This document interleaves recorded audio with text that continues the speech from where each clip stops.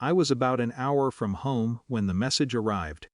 The road was mostly empty, winter fields stretching out on both sides, the sky already darkening into that dull gray that comes before New Year's fireworks start somewhere in the distance. I hadn't driven this road in almost 4 years.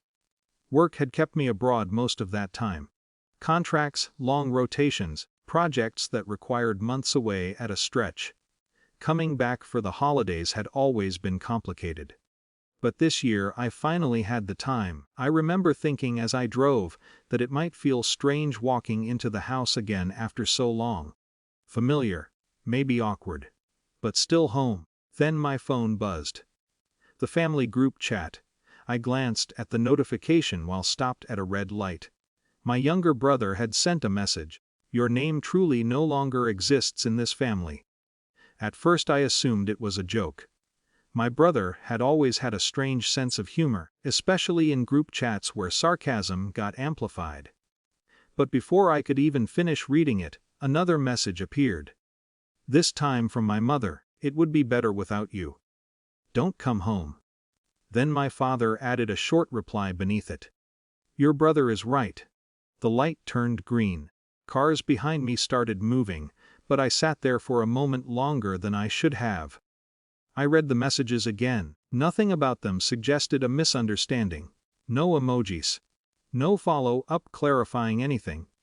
Just the statements sitting there in the chat, plain and deliberate.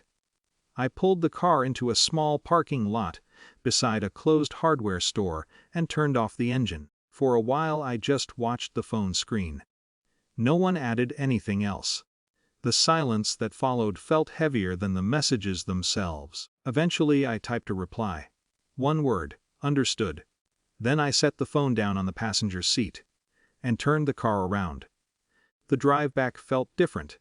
Not dramatic, not emotional, just quiet.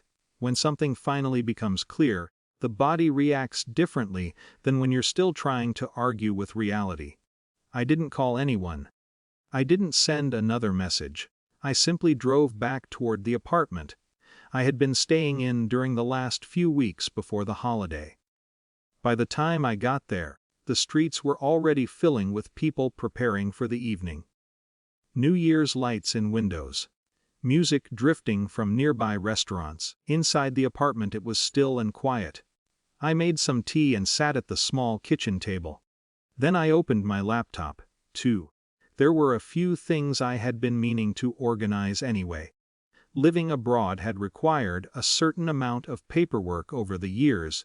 Documents giving my parents permission to manage certain property issues while I was away, financial access to a joint account I had set up to help with bills when things got tight for them. None of it had ever felt complicated. Just practical. Family helping family. Still, as I sat there looking at the documents, I realized something simple. Those arrangements had only existed because we were still functioning as a family.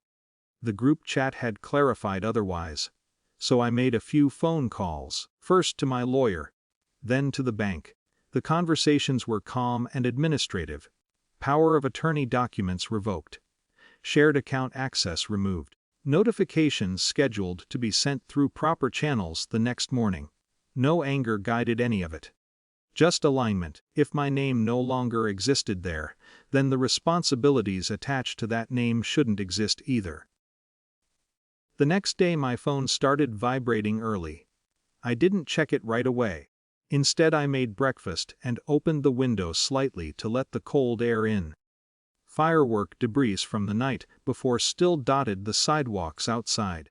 Eventually I looked at the phone. 23 messages in the family group chat. My brother had written first. What did you do? A few minutes later my mother. The bank just called. Something's wrong with the account. Then my father. You need to fix whatever you changed. I scrolled through the messages slowly. More confusion followed. Then frustration. Then something closer to panic. Apparently the bank had notified them that the joint account, used to cover several recurring bills, had been restructured. At the same time, A legal office had sent formal confirmation that my authorization, allowing them to manage certain property matters, had been withdrawn. Everything had been handled professionally. Cleanly. Exactly the way administrative changes are supposed to be handled. My brother wrote again. "You're overreacting." A few minutes later another message appeared. "We didn't mean it like that." I looked further up the chat. The original messages were still there.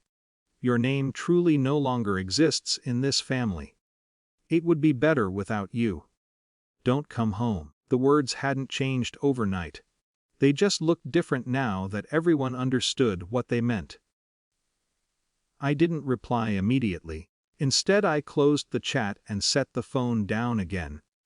For years I had assumed that if I stayed patient enough, helped when needed, avoided unnecessary arguments, things would eventually settle into something healthier. But the group message had revealed something important. My place in the family had always been conditional. Accepted when convenient. Dismissed when not. The difference now was that the condition had finally been stated out loud. And once something like that is said clearly, you can stop pretending it isn't real. Later that afternoon I sent one final message to the group chat. "Everything was adjusted to match what you asked for." Then I muted the conversation. Outside, neighbors were taking down holiday decorations. The quiet after New Year's had that strange empty feeling that always comes when a celebration ends. I stood by the window for a while watching people move through the cold air. For the first time in years, the absence of family obligations didn't feel like rejection. It felt like space. And space, I realized, can sometimes be the first thing a person needs in order to finally build a life that doesn't depend on being invited back.